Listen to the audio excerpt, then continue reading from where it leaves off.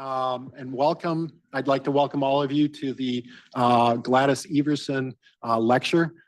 And our speaker today will be Dr. Sabeeha Merchant.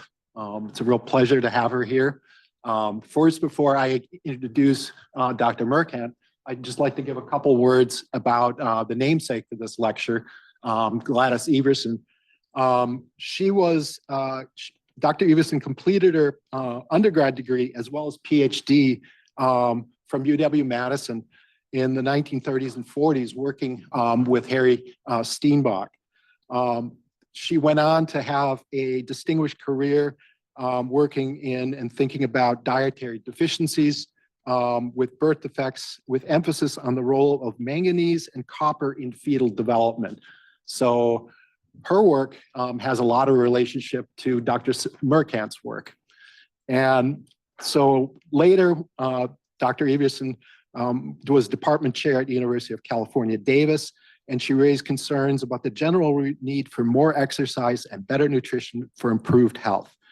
The gift to her estate allows us to support this lecture series, which welcomes former associates of the department to come home and share their new ideas and discoveries with UW-Madison scientific community and beyond.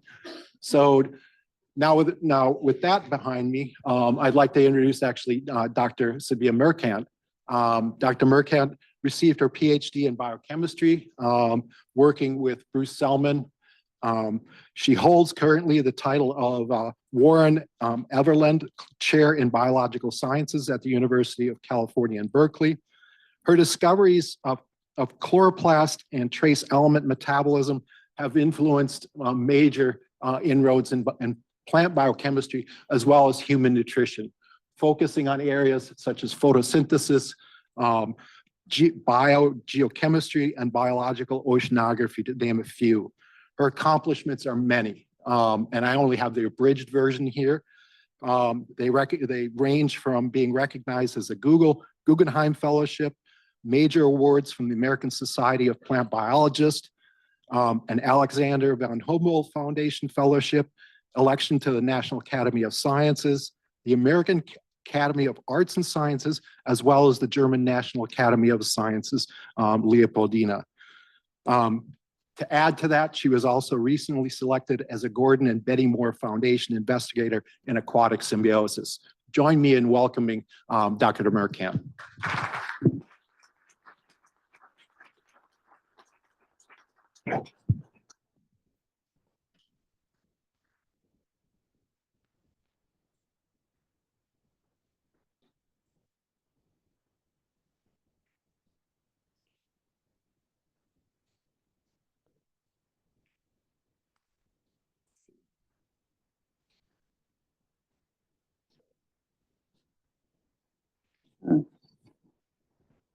Doesn't show up here on my screen, but very strange.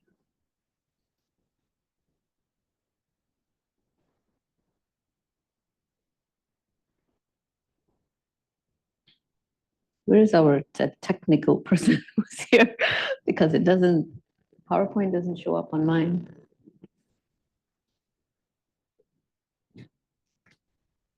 You know, like, because I have to be able to forward and reverse it, right? Right. So pick it Shall I- slideshow, resume slideshow. Oh, resume slideshow. Okay, then. But it doesn't. Shall I just close it and start it again? Should Should, no, but it doesn't. See, there's no, advance. There, it doesn't advance there. it doesn't advance there. Yeah, So resume slideshow. I know, but it didn't do that. Shall I just close it and start it over? Like, I guess we're gonna have to. We don't have to do that, right? Okay.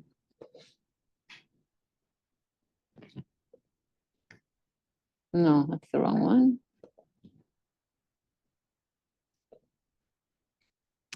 Madison. Try that. Okay. There. Now I got the right thing. Thank you. I think we showed your slide, Sebastian, so it came in the way of what was already ongoing. Okay. Thanks, Sebastian, for the introduction. And of course, I thank Phil Romero, who isn't here, for the invitation, but I understand that he had his wife had a baby yesterday, so congratulations to him.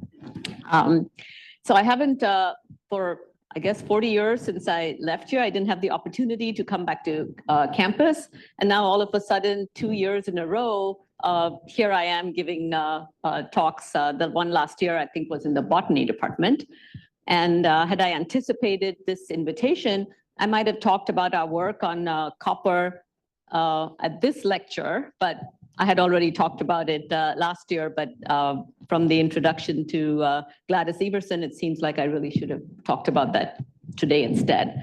But what I'm going to do is just give you a flavor of actually several projects that are ongoing in my laboratory. We use primarily algae as our model organism. And I'm going to talk to you about 3 different projects from my group. And nearly all of it is unpublished work. And 2 of the projects, in fact, I have not spoken about before in public. So it'll be interesting to get some feedback. All right, so just to introduce you first to algae. This is sort of the tree of life that emphasizes algae, and every one of these colored branches actually represents a species that is called an alga. So the word algae is really a common noun and doesn't have any phylogenetic meaning. But my group focuses on just the ones, algae that belong to this radiation shown here in green, that resulted from the primary endosymbiotic event where a eukaryotic cell engulfed a cyanobacterium, giving rise to what we know today as the green plant lineage or the Viridae plantae. So we work on algae in this lineage, primarily chlorophyte algae like Chlamydomonas, which many of you are familiar with, but we also recently started working with the trabuxiophyte alga, shown here, Oxinochlorella protothecoides, and I'll mention this one as well and explain why we work on it. So just to put things in context, these different algae that you see here are separated by about 500 to 900 million years of evolution. And for those of you who aren't used to thinking in those terms, that's sort of like the difference between, say, human and shark or human and sea urchin. So we're really talking about very diverse species. So as Sebastian mentioned, my group has been focused on the photosynthetic apparatus. So despite the 900 million years of evolution, the photosynthetic apparatus itself, or at least the photochemical reaction centers that are responsible for the conversion of light energy to chemical energy, are absolutely conserved. You can practically overlay their structures one on top of the other, and you wouldn't be able to tell them apart. But then there are many other aspects of chloroplast biology that have diverged. So I'll be talking to you about 3 projects. First, I'll give you an introduction to how some of the work that we've been doing has led to sort of fundamental discovery in the field of molecular biology. So I'll talk about our discovery of polycistronic messenger RNAs in the green lineage. And for those of you who remember your introductory biochemistry classes, you may remember that you learned something about polycistronic mRNAs that are typical in prokaryotes.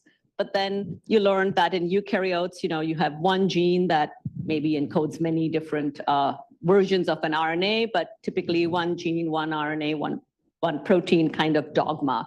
And I'll show you how we've changed that. Then I'll talk to you about some of the work that we've been doing on trace metals. In this case, I'll focus on iron deficiency. This is something that's very common for all forms of life, whether plant or animal, and show you one mechanism of adaptation that occurs in these organisms, Dunaliella species. If any of you have flown over San Francisco Bay and seen those red flats, those are flats of Dunaliella species. And then finally, I'll introduce you to a new project that's only about 2 years old in my lab, where we switched to working on this organism, Oxinochlorella protothecoides, because it's what we call the true green yeast, in the sense that we can do many of the manipulations, the genetic manipulations that one can do with Saccharomyces cerevisiae, namely homologous recombination, gene targeting, etc. All right, so I should say that all of these projects are based on the fact that my group has sequenced the genomes of all of these organisms. We have chromosome level assemblies, telomere to telomere, and the phylogenies that I mentioned are based on USCOs. And yeah, we have transcriptomic data, we have proteomic data, we have really good structural annotation of these genomes as well. So let me talk about the first project, and that actually arose from the work that we've been doing on genome assemblies in these algal lineages. All right, so here are some browser views of, on the top would be Chlamydomonas reinhardti, and the bottom Chromochloris ophingiensis, again 500 million years apart. And what you're looking at is simply like coverage of genes shown with either in the top with the green rectangles or in the bottom with the blue rectangles, coverage with respect to transcript reads that are mapped back to the genome. So here you can see we have 2 open reading frames. They have numbers here, and that's typical when you sequence a genome, the genes are numbered. And you can see here the typical structure of exons and introns.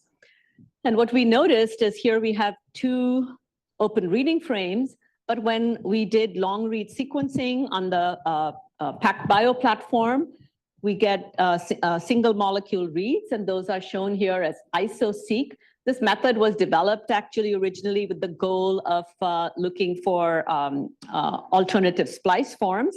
But what was evident from looking at the coverage is that you have a single read that covers both open reading frames.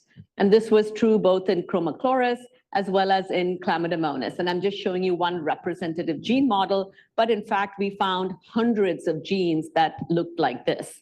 That is, they looked like they were potentially polycistronic. So we wanted to document that they were genuinely polycistronic, meaning that the transcript then, so this a transcript from this locus then should have a single 5' end and a single 3' end. So we thought then we should look at sequencing experiments that could perhaps distinguish 5' unique 5' ends. And so for that we used ChIP-seq. We used the chromatin mark, the histone H3, the H3K4 trimethyl lysine mark, which marks promoters. And this work was done by Daniela Strenkert, who now has her own group at Michigan State. And here you can see on the top, the color coding is always green for Chlamydomonas and blue for Chromochloris. And you can see for this particular locus here, you see a single peak for that histone mark, indicating we have a single 5' end that covers both open reading frames. And then the same thing here for Chromochloris. In this particular case, we have 2 genes that are transcribed divergently. So the mark actually covers both of those 5' ends. Okay, and then if we look at a genome-wide level at all of the polycistronic loci, we can look at the position of the H3K4 trimethyl lysine mark. And then if we look at these polycistronic loci, the mark is always associated with the upstream ORF, okay, never with the downstream ORF. Okay, so the next thing you want to look at then is the 3' ends. If it's a single mRNA, we should have a single poly A tail.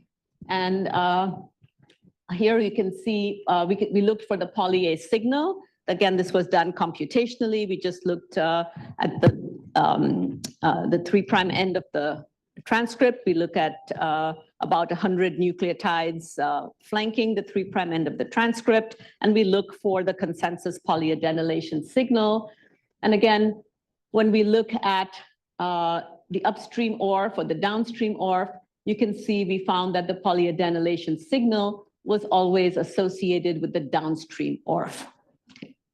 And then when we look actually for the poly A tail itself, in this case, we look at the untrimmed reads, looking for the poly A tail.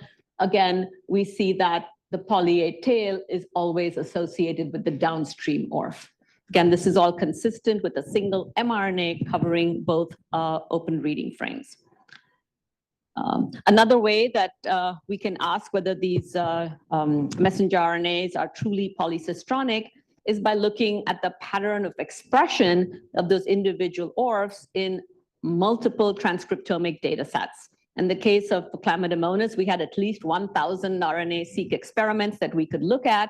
And you can ask the question, if you look at two open reading frames next to each other in the genome, and we look at their pattern of expression across all 1,000 experiments, are they correlated?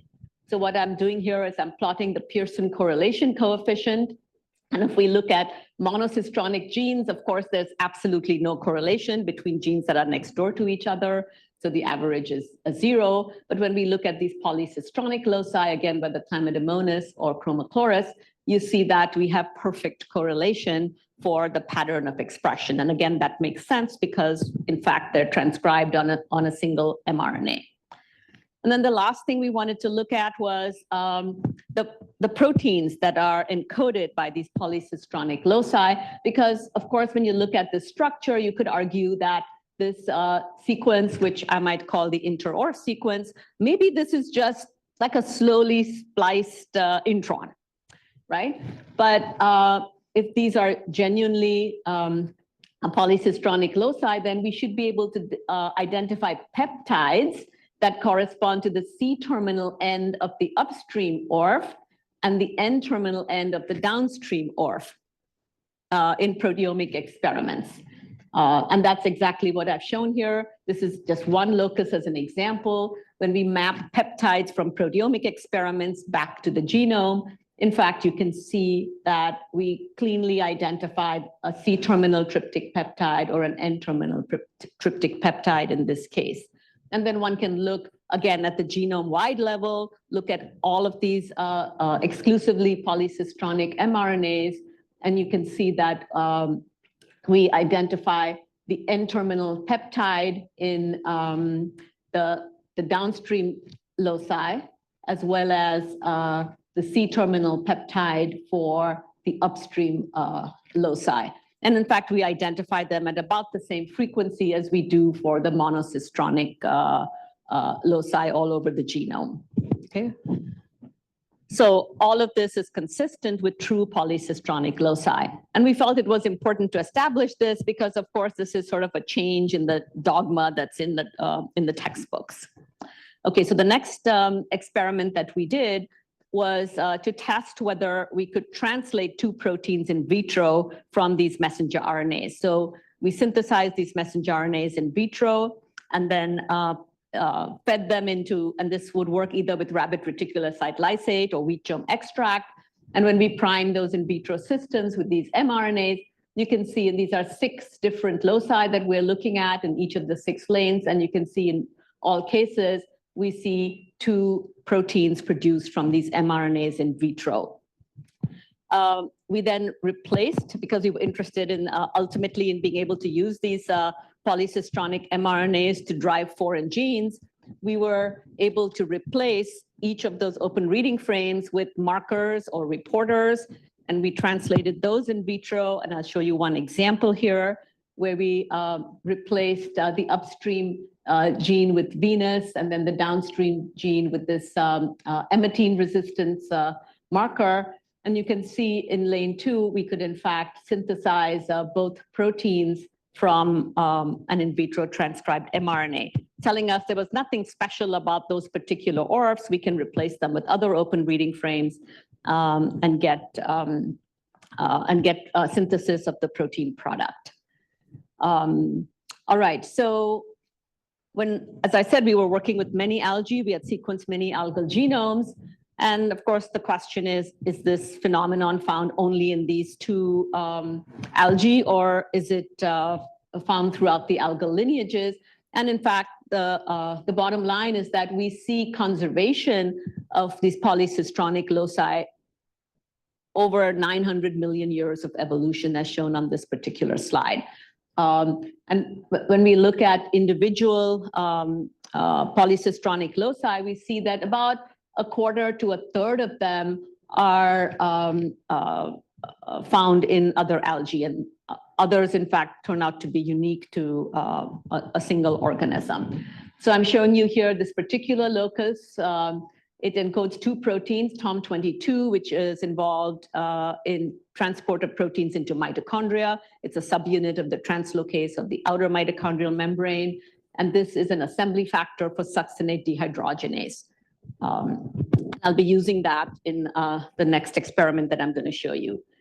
So the next question was, how does polycistronic translation work in eukaryotes? Because the model for translation in eukaryotes is that we have a cap structure at the 5' end of the transcript, and then the 40S subunit of the ribosome comes in along with the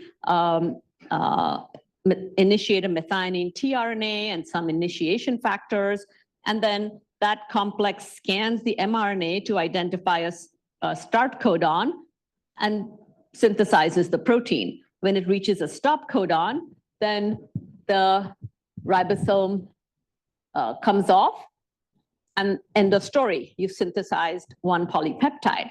How do we get reinitiation for synthesis of the second open reading frame? Now we know that eukaryotic viruses can do this, and they do this with either internal ribosome entry sites or with the 2A peptide. And we saw no evidence for internal ribosome entry sites there. In fact, that inter-ORF sequence can be as short as 1 nucleotide or as long as 200. There was no evidence for a 2A peptide either, because in fact, the second ORF could start in any one of 3 open reading frames. So we thought we should test what the mechanism of synthesis might be. And my student, Marco Duenas, who's a third-year student, did these experiments. So the first thing he did was look at the Kozak sequences that are associated with recognition of the initiation codon at the start of translation. So he used a bioinformatic analysis to look at all the open reading frames in the algal genomes, and the ones that we the Kozak sequences that we identified for Chlamydomonas versus Oxynochlorella protothecoides are shown here. And you can see this logo shows you the preferred Kozak sequences. So the next thing he did was assign a bit score based on how close for a particular open reading frame, how close was the Kozak sequence to the consensus sequence shown here. So if there was a C at the -1 position, it got a higher score, whereas if you saw a bunch of T's, then that Kozak sequence would get a poor score. So he did that, at a genome-wide level, and the next figure shows the output from that. What he saw is that if he looked at, let's see, the monocistronic loci are shown in red here. So you can see that typically the 17,000 monocistronic loci in Chlamydomonas have a high bit score. But if you look at the polycistronic upstream ORF shown in green here, we have a lower bit score suggesting a weaker Kozak sequence. And then when you look at the downstream open reading frame in blue, you see that you have a higher bit score. So that suggested to us a mechanism, namely it could be leaky ribosomal scanning. And so now I'm going to show you a few constructs that Marco made. And in this case, he used the Oxynochlorella protothecoides system because we have very clean, targeted, homologous recombination, and we can introduce all our constructs into a single landing site. Okay, so the control is simply the TOM20 promoter with a monocistronic Venus. So we're going to look at Venus fluorescence as our reporter of translation. And then on the top here, you're seeing our polycistronic construct. We introduced this into a gray sequence, just shows our neutral landing site. we have promoter, a selectable marker, in this case for G418. And then we have the TOM20 open reading frame here. And then in this bright green color is the Venus reporter. And the asterisks show you positions where we made mutations. So we can start off with the endogenous Kozak sequence. And if we assay Venus expression, we see, of course, the wild type has no Venus expression because, of course, there's no Venus gene in the wild type. The endogenous Kozak gives us a certain level of Venus expression.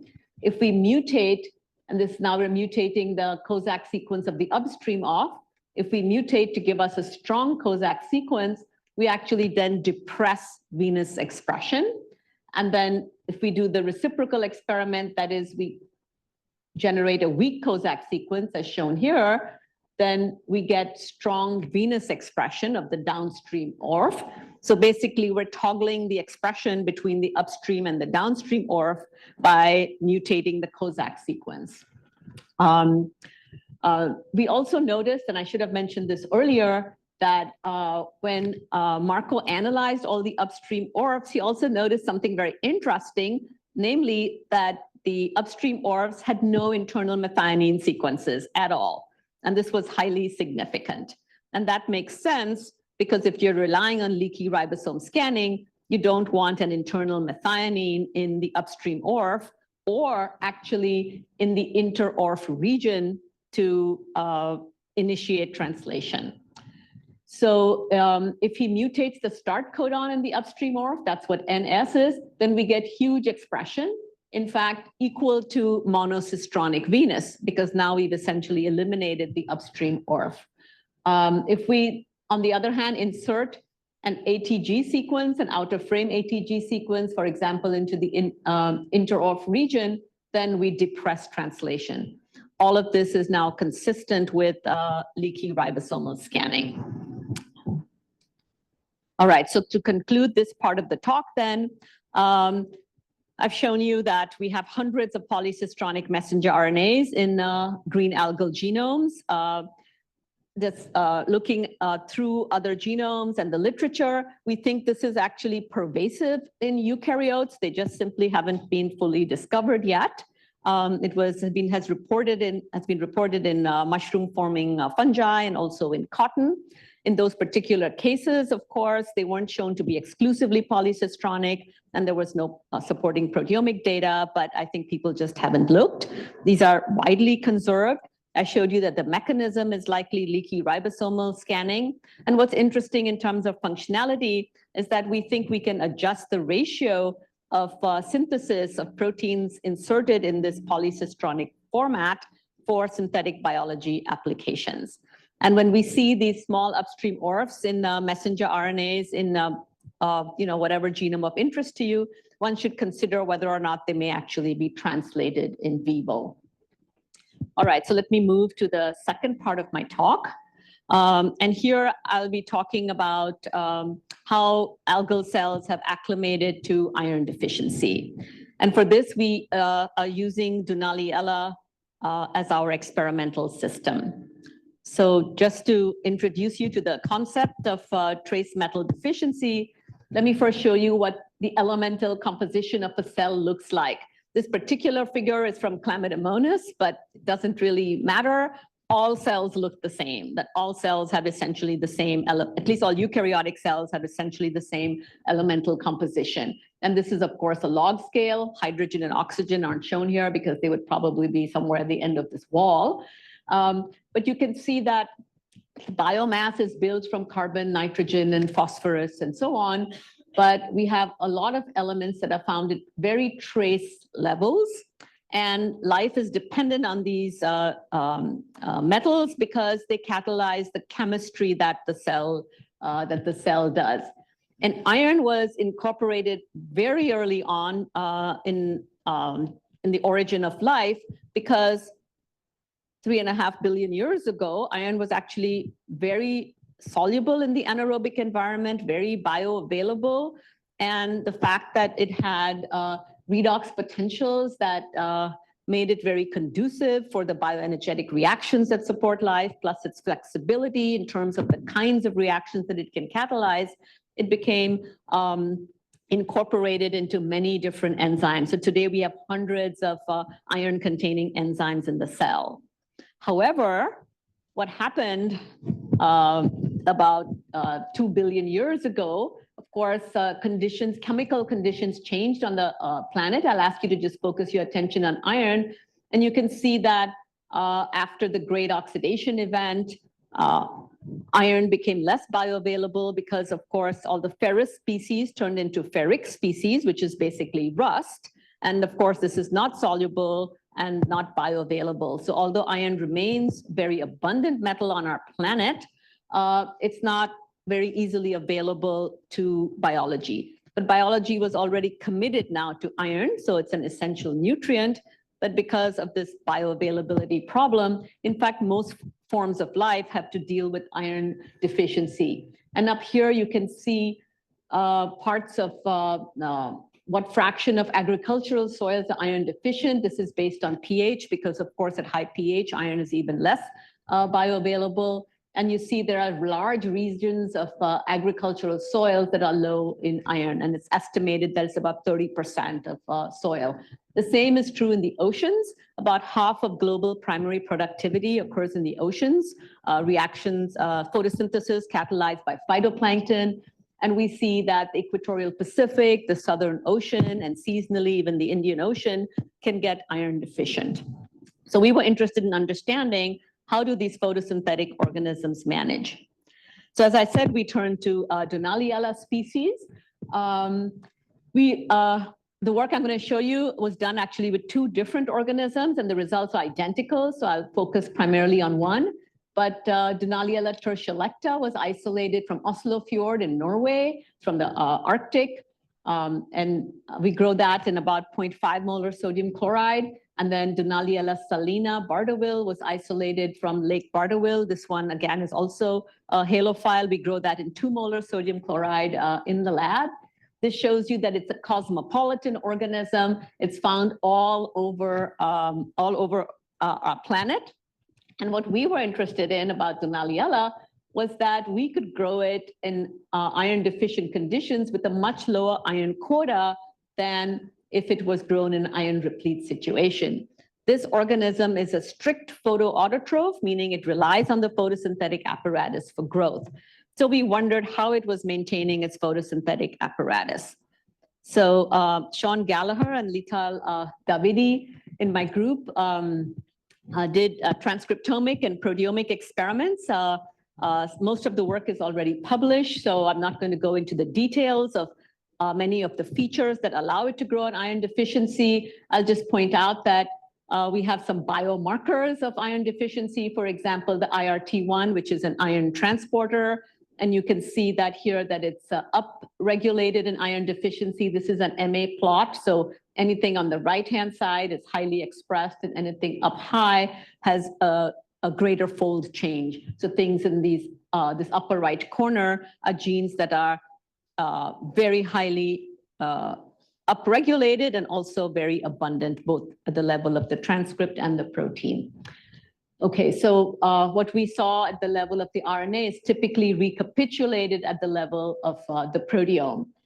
So one story that I'll just summarize with this figure here is one of the changes we saw was that ferredoxin, which you all know as a 2-iron 2-sulfur protein, very abundant in photosynthetic cells. It's at a stoichiometry of several million per cell, several million molecules per cell in Chlamydomonas.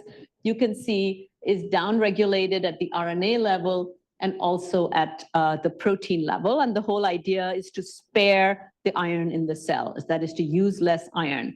But ferredoxin is a general reductant from many metabolic processes, so you need its chemistry.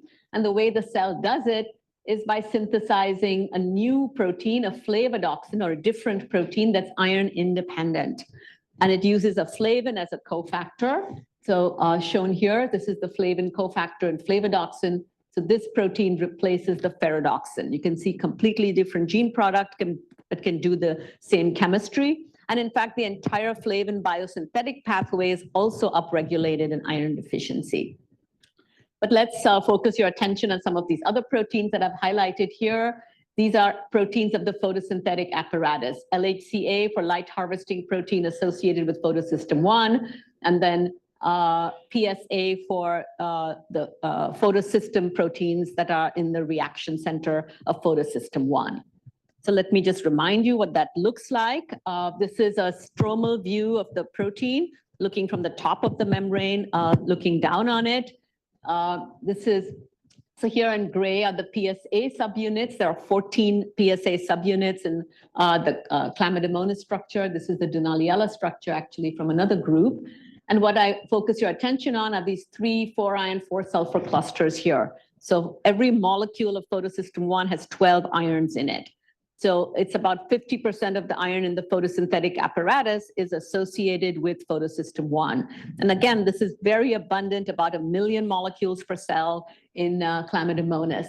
And shown here in black are the light harvesting subunits that capture the light that feeds into the photosystem.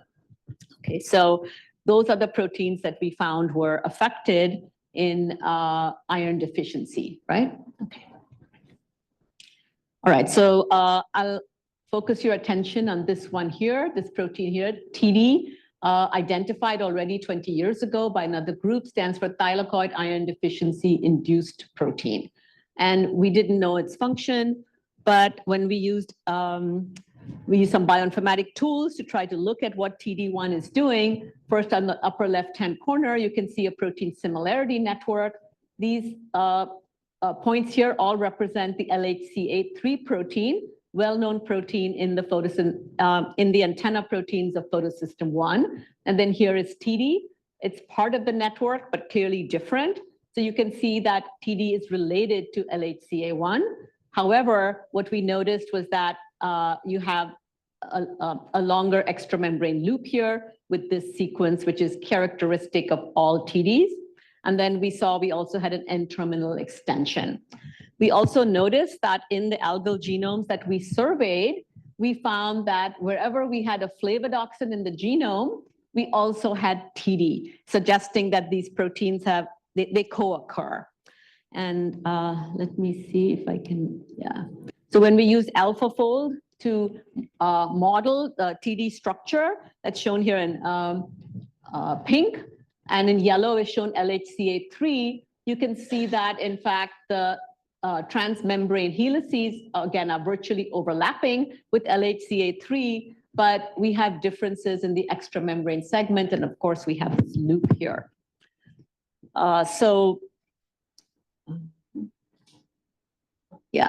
So my student, Helen Liu, decided to look at the structure of photosystem 1 from Dunaliella. But before we did that, as I said, we also had been doing proteomic analysis. And what this heat map here shows you is the changes in abundance of PSA polypeptides and LHCA polypeptides in minus iron relative to plus iron. So this is the log2, these are the log2 fold changes. And this is the heat map of that. And what we noticed was that most of them go down about, log2 of 2, so about 4-fold. So we have 25% of the photosystem 1 in iron deficiency. However, 3 subunits, LHCA1, 7, and 8, are unchanged, which doesn't make a lot of sense because all of it should go down together, right? So this is where 1, 8, and 7 are located. And then here's LHCA3. So Helen purified the complex using in this case, maltose concentration gradient. Here you can see the green membranes from plus iron versus minus iron. And it's very subtle, but we already noticed at this stage that, in fact, the complex from minus iron ran a little bit heavy on this sugar gradient, suggesting that there was some difference in the composition of the photosystem 1 LHC1 supercomplex. And here we see a blue native gel of the purified complex. And here it's much more evident that when you get the cells from low iron, we have a bigger complex. And so we used cryo-EM in collaboration with the Nogales laboratory at Berkeley. And we solved the structure of both the Dunaliella salina and Tertiolecta PS1 LHC complexes. And here you see the structure of the plus iron species, and here the structure of the minus iron species. And what was very exciting is that we actually saw a second belt of antenna proteins on the minus iron species. And when we traced, here is where we found TD, we can trace the polypeptide. And because I showed you that there was this extramembrane loop that is distinct between LHCA3 and TD, we could unambiguously assign this position here to TD instead of LHCA3. This makes, so this structure then explains our proteomic data very nicely, because the second belt repeats LHCA1, LHCA8, and LHCA7. Okay, whereas LHCA3, of course, goes down because it's replaced with TD. So we think TD nucleates this second belt. And we don't have any functional information on this. We imagine this will probably take another 20 years or so. But for those of you who remember the work on iron-deficient cyanobacteria, in that case, the photosystem 1 is actually a trimer. And what was discovered there more than 20 years ago is that there's in iron deficiency, there's a novel antenna, actually a completely different protein that forms a ring around the photosystem 1 in iron deficiency. So I think this is an example of convergent evolution where we have reorganized the antenna. The idea being that, of course, photosystem 2 and photosystem 1 have to function stoichiometrically to get linear electron transfer. But in iron deficiency, photosystem 1 is downregulated. But to ensure that we get equal input into both photosystems, maybe the antenna have to be enlarged for photosystem 1 to ensure that we get functional electron flow. But as I said, this is sort of controversial because the sort of the physical chemistry of the antenna function has not really been solved even for the cyanobacterial system.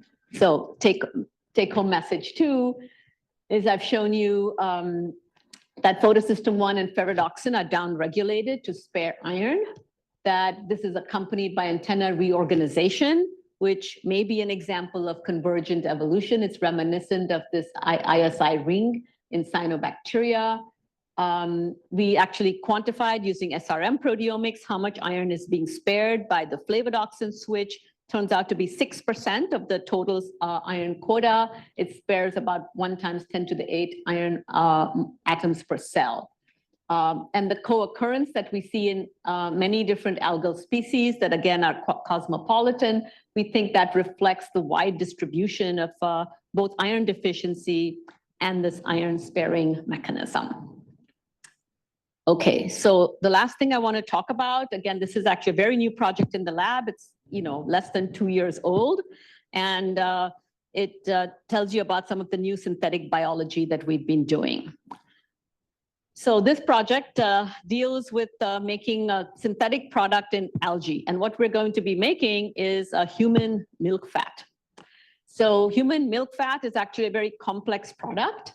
50% of the calories in human milk comes from triacylglycerols and about 40% comes from the lactose. And what we're looking at here are tagged species.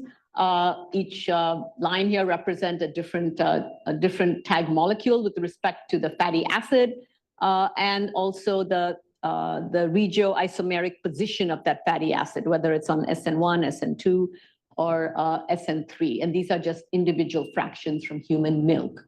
So typically what we see in human milk fat or in the triacylglycerols is this type of composition for the fatty acids.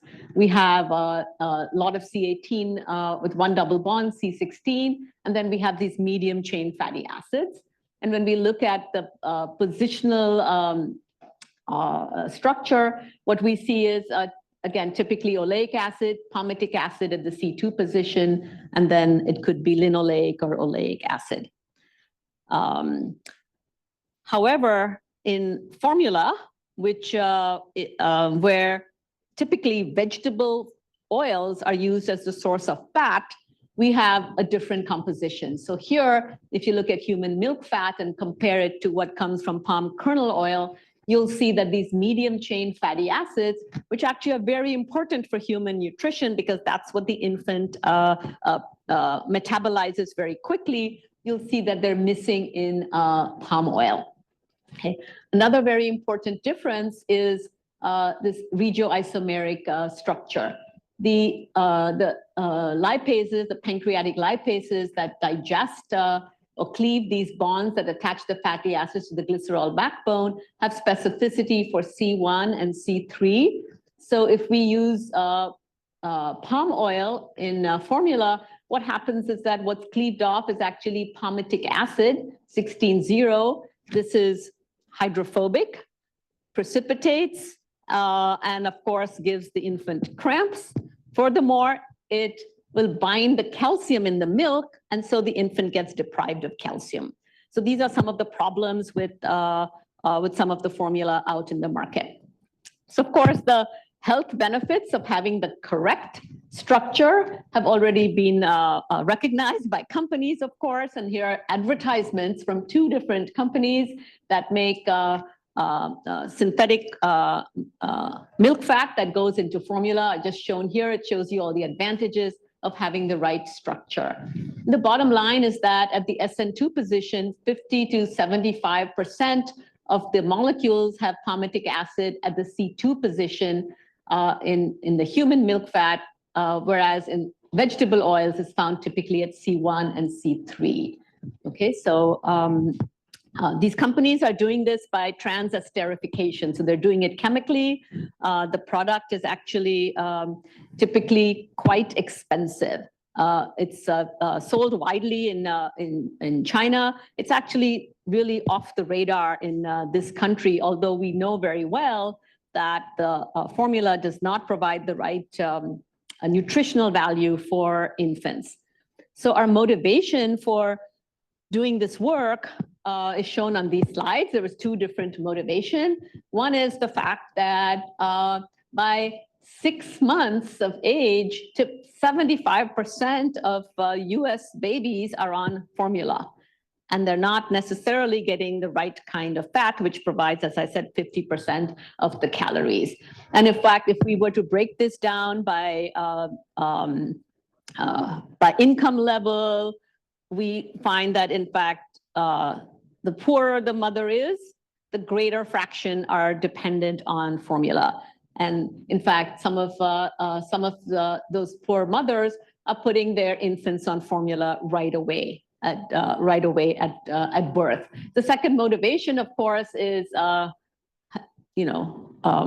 deforestation problem with respect to palm oil. And at the time we started this project, of course, we just had the Ukraine war situation, and vegetable oils became more expensive because all the sunflower oil came from the Ukraine. And as you remember, there was also that formula shortage.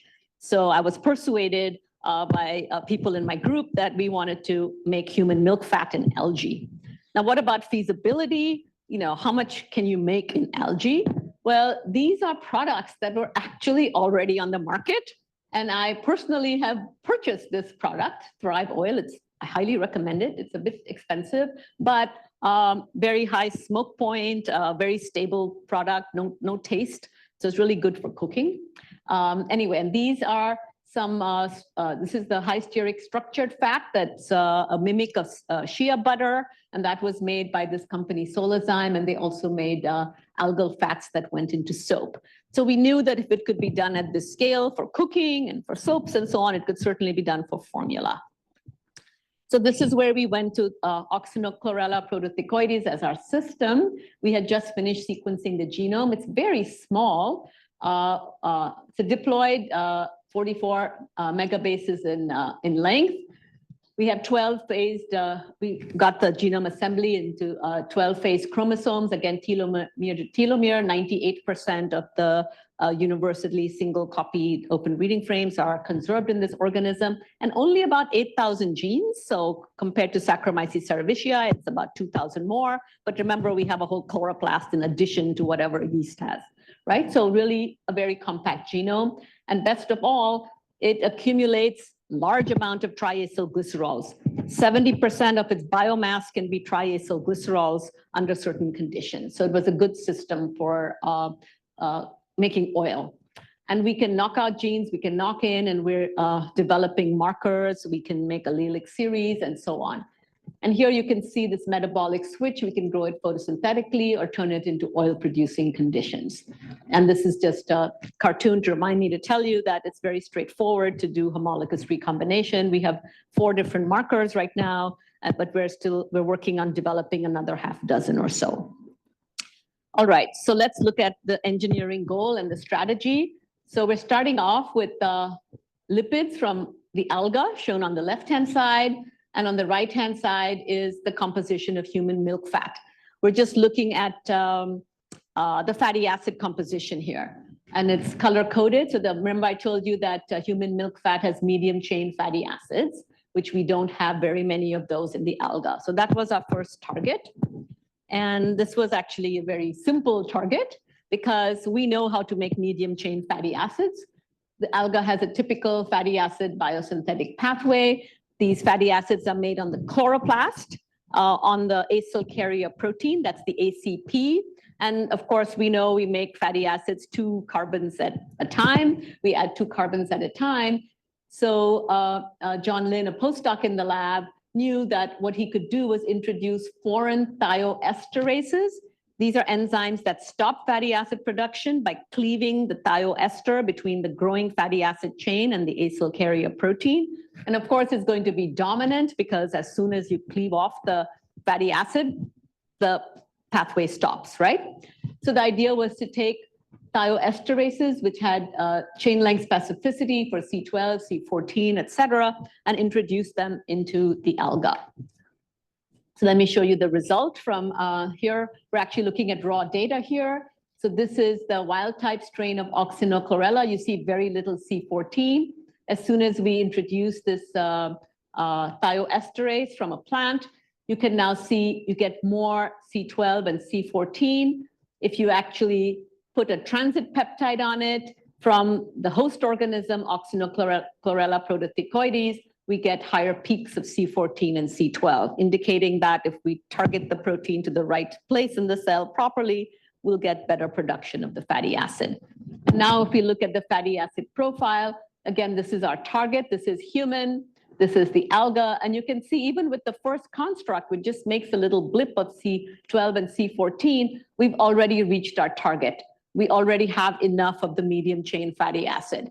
And if we put the transit peptide there, we can get even more, all right? Okay, so what's missing now when you look at this is this red here. This is our C16. And we wanted to have more C16 in the alga to match what was present in the human milk fat. So what do? We take another thioesterase. This is from another organism. So again, human, alga. These are the data I already just showed you on the previous slide. So now we have another brassica thioesterase. And you can see again, with one single construct, we go from 12.5 in the alga to 20, which again nicely matches what's found in human.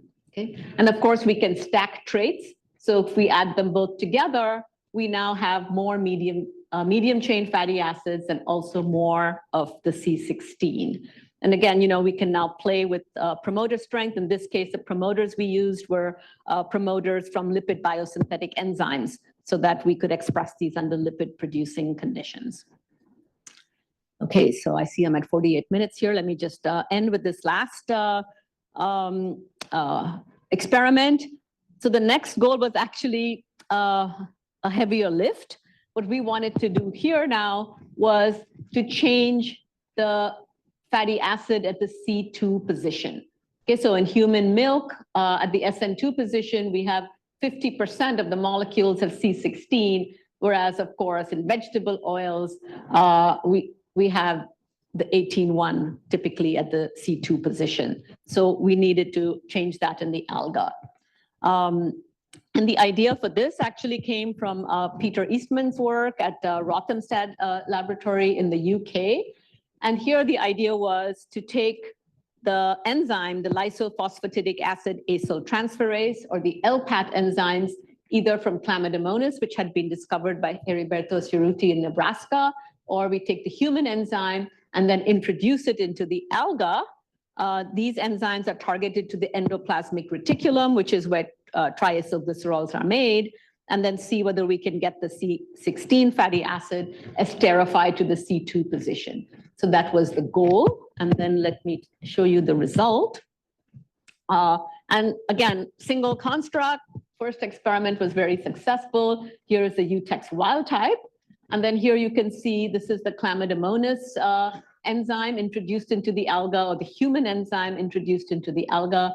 And in both cases, we got actually a huge 20-fold increase from the wild type only at 1.3. We see 25% of the C16 is at the SN2 position in the two constructs. And the good thing is that we were able to do this without any impact on the total tag production in the organism. Okay. So just to end this story then, the progress to date, we've already achieved our goal of increasing the medium chain fatty acid. We've also increased palmitic acid. And this is important because in order to, we think on that last slide, you know, we haven't reached the 50% yet, we're only at 25. But I think in order to get there, we actually have to synthesize more 16-0 in the cell to have that available as substrate for the LPAT. So I think we should be able to do that quite readily. And then there's, of course, other little things that are important. We're a little bit short on the C8, but I think we can put in another thioesterase.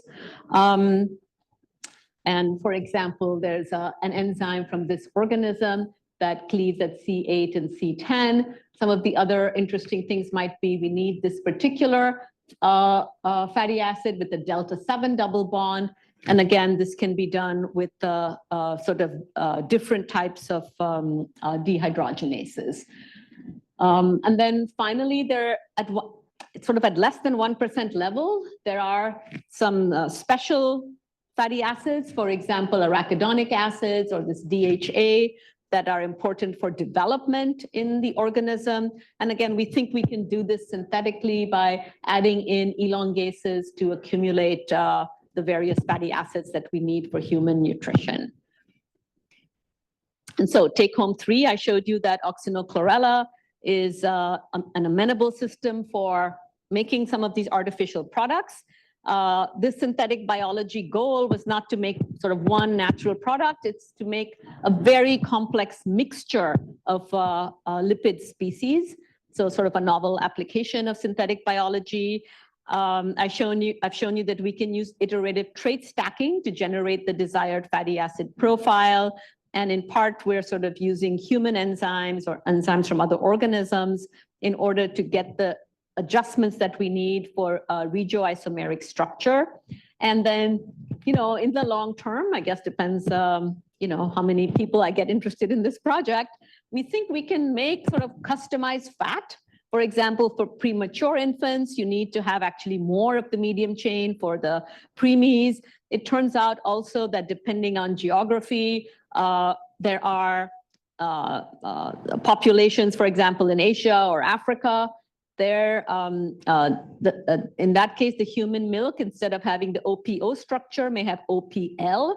So you might, in fact, be able to tailor for geography as well. It also turns out during infant development, the lipid content of the mother's milk changes as the infant develops, and this is not presently accounted for in formula.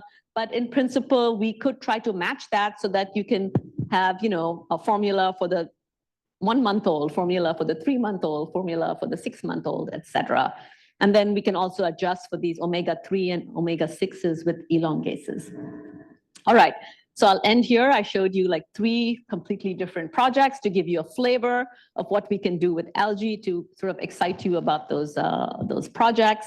And then finally, this is sort of the present picture of the group taken from a few months ago. And I think I've mentioned the coworkers as I've gone along, but Lital and Sean did the work on iron. Marco did the work on the leaky ribosomal scanning. Helen did the structure of photosystem 1 and iron deficiency.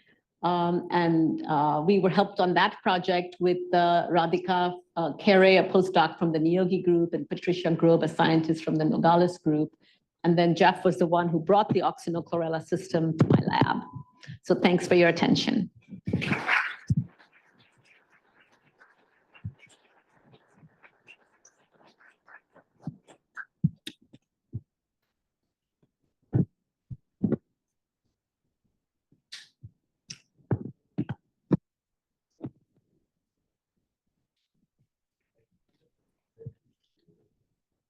Yeah, so I think cow's milk has more of the saturated fatty acids.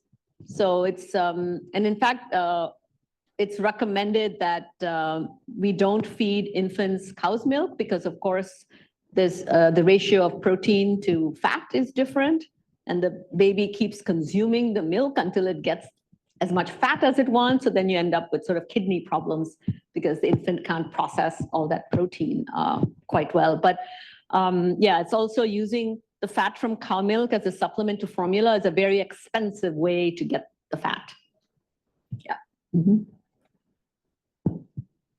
There's a question. There's two questions in the back there. Thank you. How hard do you think it would be, I guess, more complex forms of lipids, kind of, I guess, like sphingolipids and or like glycerophospholipids? How hard do you think it would be to engineer alga to produce those in line with your free fatty acid synthetic milk or whatever? Well, I think it could be done. We have not thought about that because, we're focused primarily on tags. One of the problems with trying to engineer membrane lipids is that it can affect function of the membranes. And actually that's an advantage in this case of working with algae, is that because we don't have to worry about development as we have to do with plants, often when you try to do this type of engineering in oil plants, for example, camelina, et cetera, it affects development because it messes up with membrane function. So that I would say would be the only caveat of trying to engineer some other designer lipids, is if they end up in membranes. Very nice talk. I enjoyed the arc about the polycistronic mRNAs and the leaky scanning. I was curious if those downstream ORFs depend on EF2 alpha phosphorylation for translation like they would in many other organisms. And if so, is that tricky to engineer around from, how it's EF2 alpha would be phosphorylated natively, or is it kind of not relevant?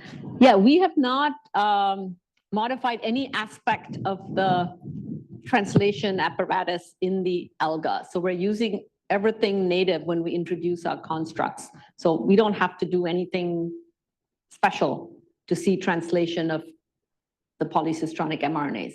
So does that mean that there's like a basal amount of 2-alpha phosphorylation to drive the leaky scanning, or is it not as important in algae as it would be in, say? No, I think what's allowing the leaky scanning to happen are these weak Kozak sequences, the fact that there are no methionines in the upstream ORF and no methionines in the inter-ORF sequence. So I think that's just allowing the ribosomes to keep going. So I think that's the mechanism. And in fact, I didn't, again, for lack of time, I didn't show this experiment, but one that Marco has done for the paper he's working on is he replaced the upstream ORF with GFP, and he needed to use a methionine-less GFP to make it work. And then the downstream one, he put luciferase. And in this case, we can, of course, quantify both the upstream and the downstream ORF, looking at fluorescence and luminescence. And we see a clear, quantifiable toggling between the upstream and downstream. And if he puts the methionines back into the GFP, you lose downstream expression. So I think it all has to do with Kozak sequence and methionine, at least in this system. Yeah. Thank you. And in vitro as well, because we did these experiments also in wheat germ and in reticlysate. So in those in vitro systems as well, it seems to work without having to mess with any initiation factors. Yes, Brian, Great talk. thank you. Polysystronic messages. Are the two messages encoded proteins that then form some kind of a complex? Is that? Yeah, good question. frequent We get that a lot. And the unfortunate thing is that 75% of the open reading frames in these polysystronic messages, we don't know their function. So we can't actually answer that question. However, where we do know the function, they often do. We see one of the best examples is the REX1 locus. So that's involved in DNA repair. And the two proteins are actually subunits of the same enzyme. So that's, the best example. And in fact, that was already discovered, I think, like by genetics, like, I don't know, maybe 15, 20 years ago. And at the time, it was just thought to be some, isolated example of, and they didn't know the mechanism of how the two proteins were getting made. We see enrichment of proteins involved in nucleic acid transactions. If we just look for motifs in these proteins, even though we don't know exactly what they do. And then that TOM22 succinate dehydrogenase, well, they're both like mitochondrial. We also see a lot of mitochondrial assembly factors, these LYR domain proteins. And again, not sure what we do, but Marco said he's interested in trying to knock some of them out to see if he can figure out where they are in the cell and what they do. Judith? Do you see any, say they're polysystronic, you only showed us examples of bisystronic. Yeah, Are there multiple genes Yeah. or proteins encoded by these? yeah, most of them are bisystronic. We have seen 3. We thought we had one example of 4, but after we did more rigorous bioinformatic analysis, it sort of didn't meet our criteria. It may still be genuinely 4, but at least at the bioinformatics level, we had to drop it out. But we have seen 3, but most of them are 2. So Mhm. in C. elegans, of Mhm. course, there are polysystronic messages, but they are resolved into individual RNAs by Right, transplicing. that's right, by But they have a splicing. single promoter, Right. which would fit Yeah. your Mhm. description. Are you confident that you don't have any transplicing?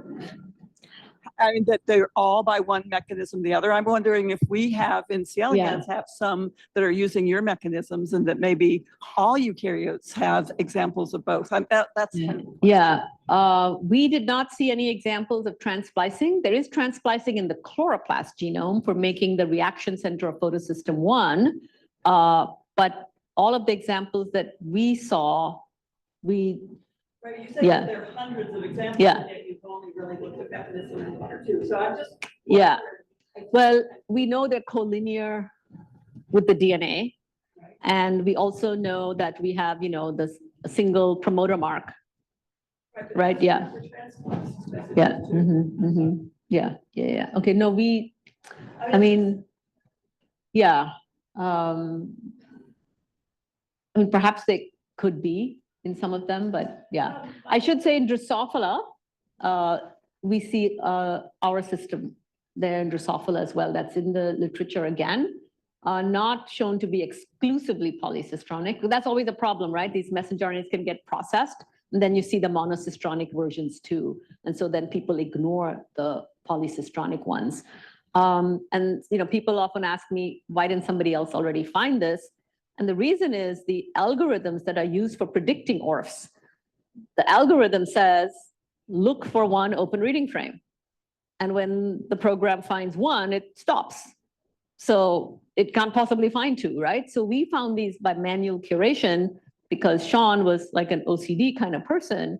And he didn't like the fact that when he was looking at the Busco scores using the proteins versus using the DNA, he got a different answer because it should be the same answer. And the reason was that we had missed all of these things that were polysystronic. You missed the second open reading frame, and then you don't get a good Busco score. So that's how we found it. But yeah, maybe we should look at your, yeah, go ahead. The few that have like 3 or 4. Right. You see increasing For the Kozak sequence. Yeah, I'll have to go back and ask Marco about that. Whether he sort of looked at individuals because all of this was done, at a whole genome level. But yeah, that it should work that way. That would be the prediction, and we should do that. We have very few examples of more than two. Yeah, of course. Yeah, to do it manually. Typically the upstream orifice is small, and I think that I can say without having to do any statistical analysis, just by eyeballing, you can say they tend to be very small proteins, and that makes sense if you have to avoid the methionines. Yeah. Was it Marisa? Yeah. Great talk, Sabeeha. Thank you, Marisa. So I was wondering if you can identify the same ORF present in the polycistronic transcripts in other lineages, in other green lineages. And now you see different promoter transcription factors. Do you see any tendency for those ORF to be controlled by similar transcription factors? Because clearly there was a need to keep them at the same expression level, maybe, or under the same. We have not done any of those kinds of analyses. Like for example, in Denaliella, that the isoseq experiments, didn't work really well, so we don't have as much isoseq data. So we couldn't look for like genuine polycistronic. But what's interesting is you often find the conserved ones next to each other in the genome. So we suspect that they are, but we don't know for sure. So one has to do a lot more isoseq so that you can get transcripts that are genuinely polycistronic. Yeah, but looking for reasons for their co-expression would be very interesting. Like under particular environments, maybe you get these polycistronic ones transcribed. That would be interesting. But yeah, we haven't done that yet. Good question. Any further questions? Well, if not, join me in thanking Dr. Burkhamp for a wonderful seminar.